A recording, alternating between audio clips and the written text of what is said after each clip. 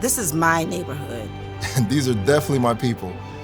I'm not just talking about my friends and my family, but my neighbors, school teachers, bus drivers, doctors, the coffee shop owner, and so much more. We all come from different backgrounds and from all walks of life.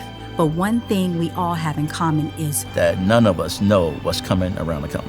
For me, protecting my family against the unknown was a priority. But I didn't know how or who to turn to. It all starts with Stan and John. I was still playing football, and in those days, the contracts weren't like they are today. My first contract was for $8,500, and I was making $1,000 more than my dad. I thought I was rich, but I wasn't, you know. And I had two other jobs besides football. You know, I tried to sell life insurance, and I did a radio show, a 15-minute talk show every night out on Long Island. I was working at a real high-powered insurance agency in New York City on Madison Avenue. So I had a meeting in New York where I invited about 35 top insurance agents. I said, look, you guys are selling the executives, bring me in and I'll sell the other employees and we'll split commission. John was at that meeting. So Stan came in. Now these guys around me are selling $5 million and $10 million policies, you know, and Stan comes in with this idea of a guaranteed issue policy up to $25,000. The average person was not being serviced by the insurance industry. I came up with the idea that there are many insurance agents that are doing business with the executives and they're leaving a lot of business on the table. They're not selling the individuals of the corporation. John came up to me and said, he has a contact. I said, that's terrific, who's your contact? He said, it's a credit union. I said, well, how many people are we talking about? He said, 7,500 people. I said, 7,500 people? I said, it's terrific for a credit union. Then I said to him, what's a credit union? I had no idea what a credit union was, but 7,500 people, that was a number. We never sold that many people, never even got in front of that many people. That was his idea. It was my relationship with the credit unions. See, I had the relationship with the credit unions. Credit unions are relationships, all right? And you can't walk in, you couldn't give away $1 million walking into a credit union if they didn't know you. The credit union manager loved me. John got the appointment, did his shtick. He took off his ring, had the guy hold his ring, told him some Joe Namath stories, and told him about football. And then he said, okay, Stan, why don't you tell him about the program?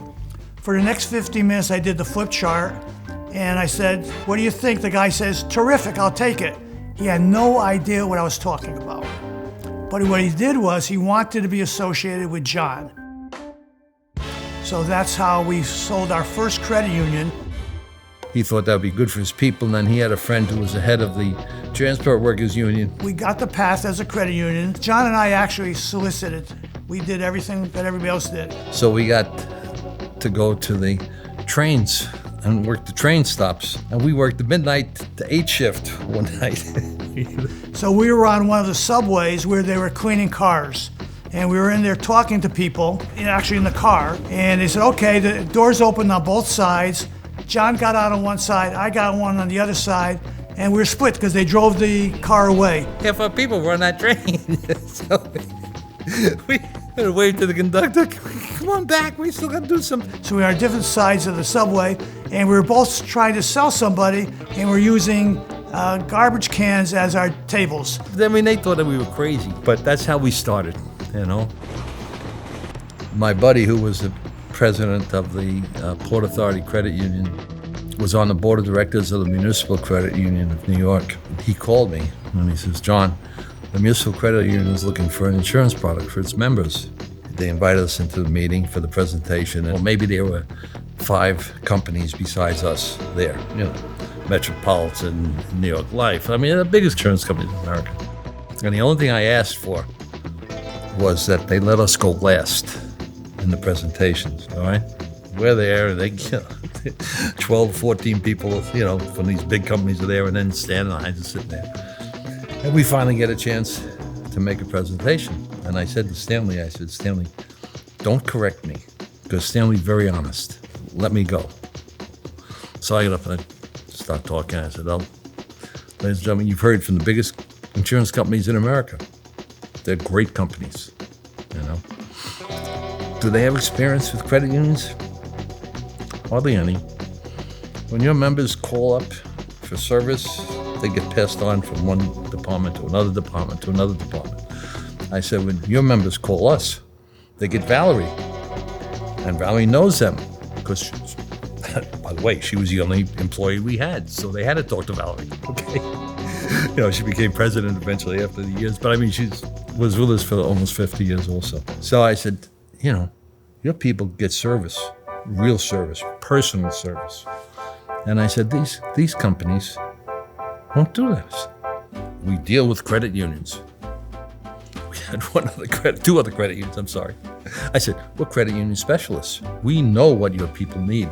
You know, Stanley kicked me a few times and tried to keep me calmed down, and because it was so exciting. They just decided to choose us instead of all those other big companies. And so we left. And it was like 2 o'clock in the afternoon. And we were starving because we've been there since 9 o'clock in the morning.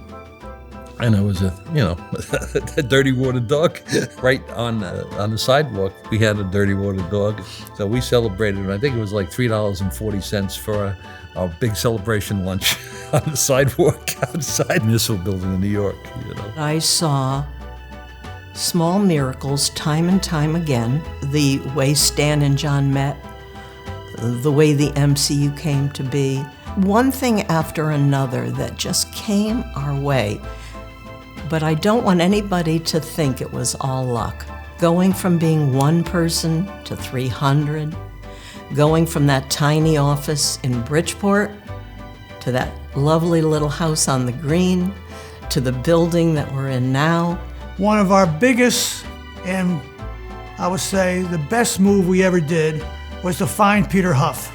Actually, Peter Huff found us. We had a contract with the Municipal Credit Union, and the company we were going to do business with, which was Beneficial National, decided they could no longer do business with us. They were doing business with somebody else, and it would be a conflict of interest. So we were out of business.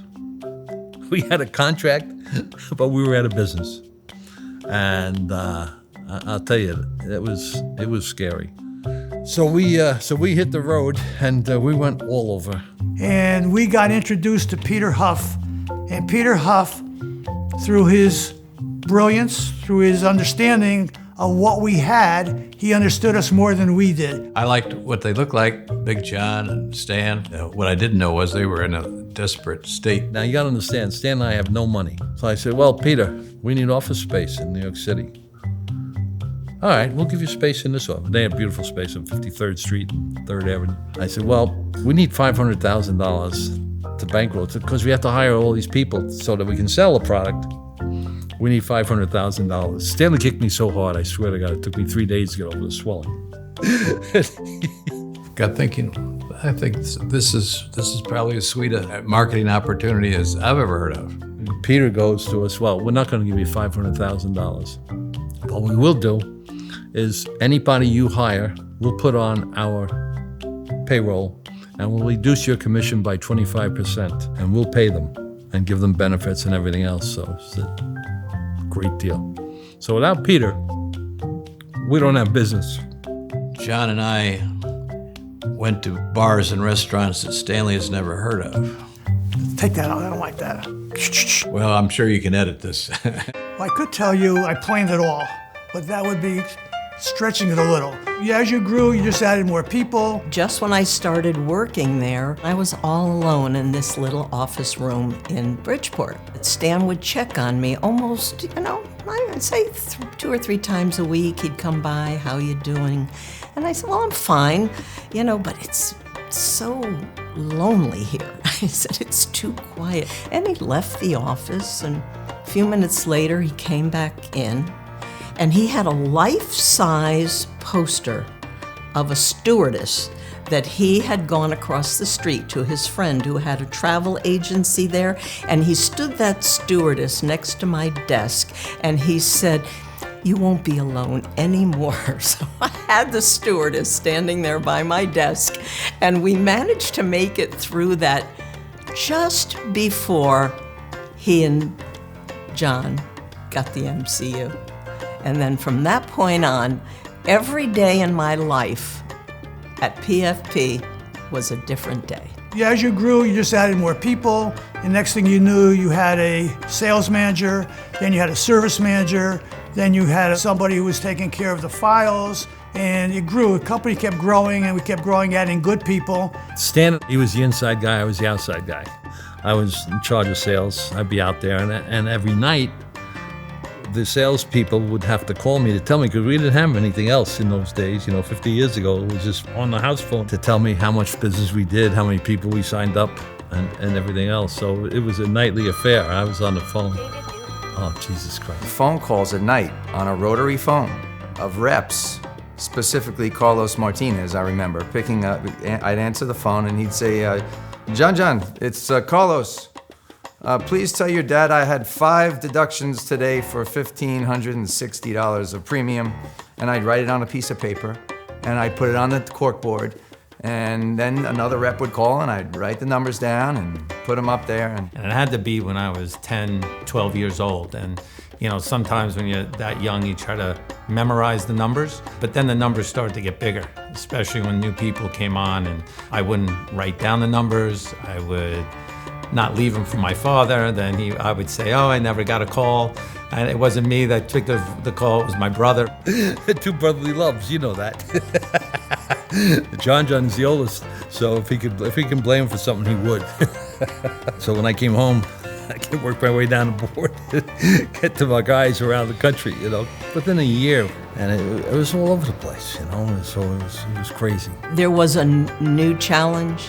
There was something new happening. There was something we hadn't tried before. And you almost couldn't run fast enough. We started originally, our first sales manager was Harvey Pachter. Then we went to Julie Nuff. Then we went to Valerie, who was handling the inside. Valerie and Julie ran the company for many years. I was able to move into management, and I was able to find people who were better than I was at selling, who really brought this company to the forefront and where it is today. This company has gone through many iterations, and what my father built was unbelievable.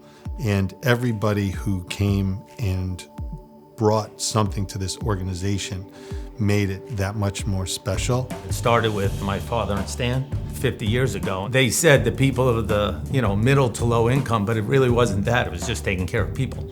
So that really has grown from them doing that and coming up with the product, coming up with the idea of going to credit unions and selling, payroll deduction business to people of modest means is in our DNA. And it has come through our reps. The day I met Reginald Lewis, something about the physical energy that I could feel from him and the look, the polish, the panache, the passion, I knew I had to give him a chance. And the rest is history. He came on board, policies were being sold, maybe 5 or 6 a day. Reggie, right out of the gate, was selling 10, 12, 15, 18, 20, 22 policies every single day. It changed the entire organization. And then he told me about his best friend, Tony, from the same area in Nigeria where he was from. I interviewed Tony, and Tony came in and did the exact same thing. Those 2 men changed the organization. And then it was one person at a time, one person in their shadow, one person to bring on, to recreate and do the same thing over and over again across the organization.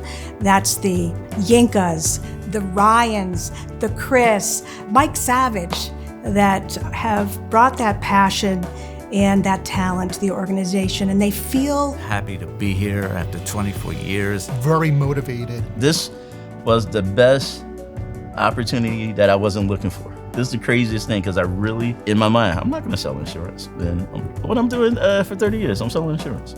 But I don't feel like I'm really selling insurance, providing a benefit. So once you get that in your mind that you're not selling, you're actually helping people, it changed your whole mentality. PFP has been such an important part of my life. I started there when I was a kid. I started there when I didn't have a husband. I started there when I didn't have any children. We grew up together. And it's tough for people to understand unless they have the chance to experience it. This is a loving, embracing environment. My whole life started when I first got hired. PFP, It's a vibe. No matter how big we are, how small we are, our corporate office used to be in a house. No matter what state we go to, no matter how many channels we bring on, branch, seg, over the phone, the culture is what is our legacy, what has to be protected. And I wouldn't change it. I would not. One of the hardest things I work at is making sure that our culture continues, that people want to come and work for here, that it's not a job. It's something that you just go and do because it's something that's unique. I don't think too many companies have it. If they do have it, can't put it up against what we have. It's not easy to do. It started with Stan, it started with my father, continued with Valerie and Julie. Now it's on to the three of us. In 2015, Tim, Schmitty, and I had an opportunity to run the company together. And we saw that what the company needed at that time was to return to what John and Stan started. And they, together, lived by the tenets of the 3 T's without ever talking about it: teamwork, transparency, and trust. And as long as you, again, lived your life and lived your company's life with those tenets, you were going to do the best for your employees and have the best opportunity to grow. Whenever something worked, we could see that they all 3 existed. And when something didn't work so well, we could dig in and try to identify what was missing. And typically it was one of those 3 T's that got us into that situation. We didn't like the outcome. So it's a living, breathing, real belief system that you've always got to ask yourself. Are you living by the 3 T's? And we do, and that's what we stick by. When the boys came into the business a while back, they doubled the business like in 15 years. We pivot, and we're very good at it. And it's not, we used to do it that way, so it's got to be right. If it ain't broke, don't fix it. We break stuff even when it's working just to make it better. We'll never be a Band-Aid or a quick fix, and that's something that I've always been impressed with and that I truly love about the company. Joining PFP when I did, it was definitely a great time because they were really building on technology. All of our applications on Lifeguard, a voice signature, you are covered instantly. With the expansion in technology, we were able to reach many more members than we had ever had before. For 35 years, we relied on people walking into their credit union to be able to have access to them. 15 years ago, the customer acquisition team was founded, and we changed the way that we operated. We no longer relied on the people walking into their bank. Now we access people over the phone quickly, efficiently, and protect their family in no more than 20 minutes. We started out just being one product in the branch, and now we're at employer groups through credit unions. We have digital channels, we have telephonic channels. The great thing I think about where PFP is in the insurance industry in general is that the gap between the people who need insurance and the people who have insurance is growing. So the what we do is not going to change. I think it's the how we do what we do, which will change. Do more with data and technology to be present where people are today. And it's not just face-to-face or over the phone, it's also digitally. I saw a lot of people work really hard during COVID, and we were able to accomplish the goal. At the end of the day, here we are, 3 years later, we're better. We've become a better organization because we're more prepared for anything that happens. Our sales agents really hung in there, made it happen, and essentially saved the company. Where does that put us for the future? In a great spot. Because credit unions are now coming back to us saying, hey, we need you to connect with our people. Because we don't have the manpower. We're looking for the manpower. We're struggling to keep the manpower, and you happen to have it. So we're in a great position for growth. And our new business team with John Schmidt and Frank Harold and Jimmy Aarons are, basically, putting people, credit unions in line to wait for us to get to them. I mean, what better position to be in? One of the things that Stan Sussman, I've never forgot, he asked the question many years ago, how would we continue to grow? And I remember in that meeting at that time, we were saying, well, we'll get better just with better customer service, better products to offer to the membership of credit unions and the families. And he said, no, relationships. If we continue to build on relationships and establish those relationships, we would inevitably continue to grow. The sky is the limit.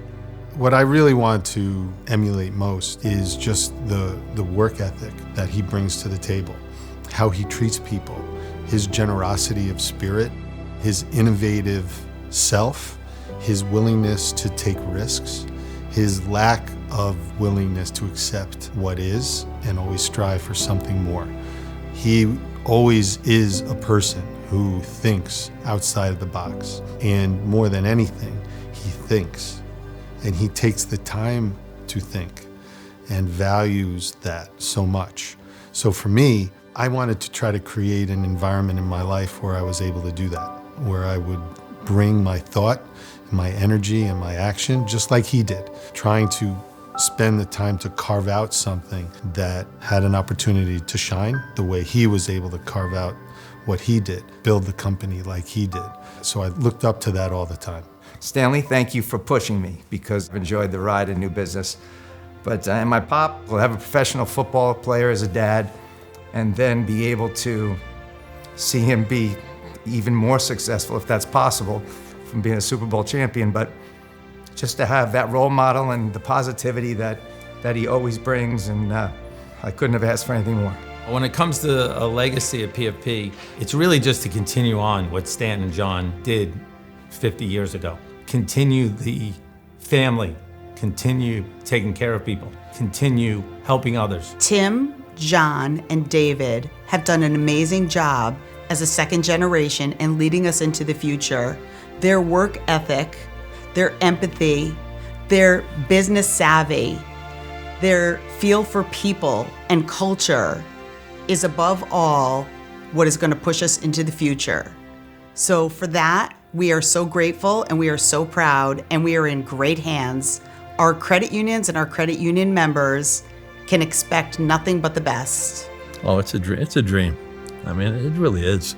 I mean, our children work in the company, which is another dream. They run the company. They let us come to meetings, but that's about it. They don't want us to screw up anything. I'm only kidding, Stanley. But 80 or 90% of second generation companies don't make it. And it wasn't easy. It didn't come easy, I will say that. But they worked at it to work together and to make it the way they could handle it. And they're great friends. My boys and his son, they're great friends. They enjoy each other. They laugh a lot and they work their tails off, just like the rest of our company. I mean, we have a staff that work very hard, are in it, you know, to win it, and just do the best they can for the people that we serve. A legacy for John, David, and Timmy would be to continue what we're doing, continue the culture that we have, provide for our employees, and by doing that, we'll be providing for ourselves. So I couldn't even guess 50 years, but I'd say in 15 years, we'll double the business. 50 years, quadruple. I wanted to be a part of something bigger, more inclusive. And part of a team that could provide valuable benefits to every community, including those that are underserved. This is what gets me up in the morning. Nothing could describe the pride and purpose I feel when I learn that one of our policyholders has received the crucial cash benefit at the time they needed it the most. I joined PFP to make a difference. And with the Family Security Plan, suite of products, that's exactly what I do. Every day.